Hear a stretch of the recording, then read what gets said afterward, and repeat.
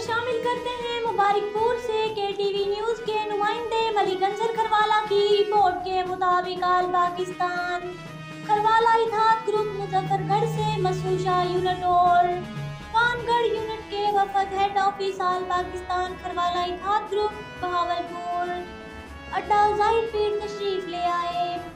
और इस head office में इनकी मुलाकात डॉक्टर अब्बास खरवाला मलिक अंसर खरवाला ने मेहमानों को वेलकम किया और ईद की मुबारकबाद भी दी और तमाम मेहमानों ने इंतहाई खुशगवार माहौल में खूब गपशप हुई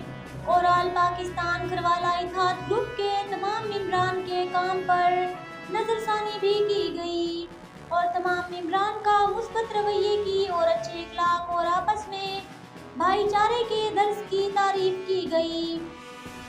इसके बाद पानगढ़ यूनिट का वफद और मसूशा यूनिट के वफद सिटी यूनिट बहावलपुर तशरीफ ले गए।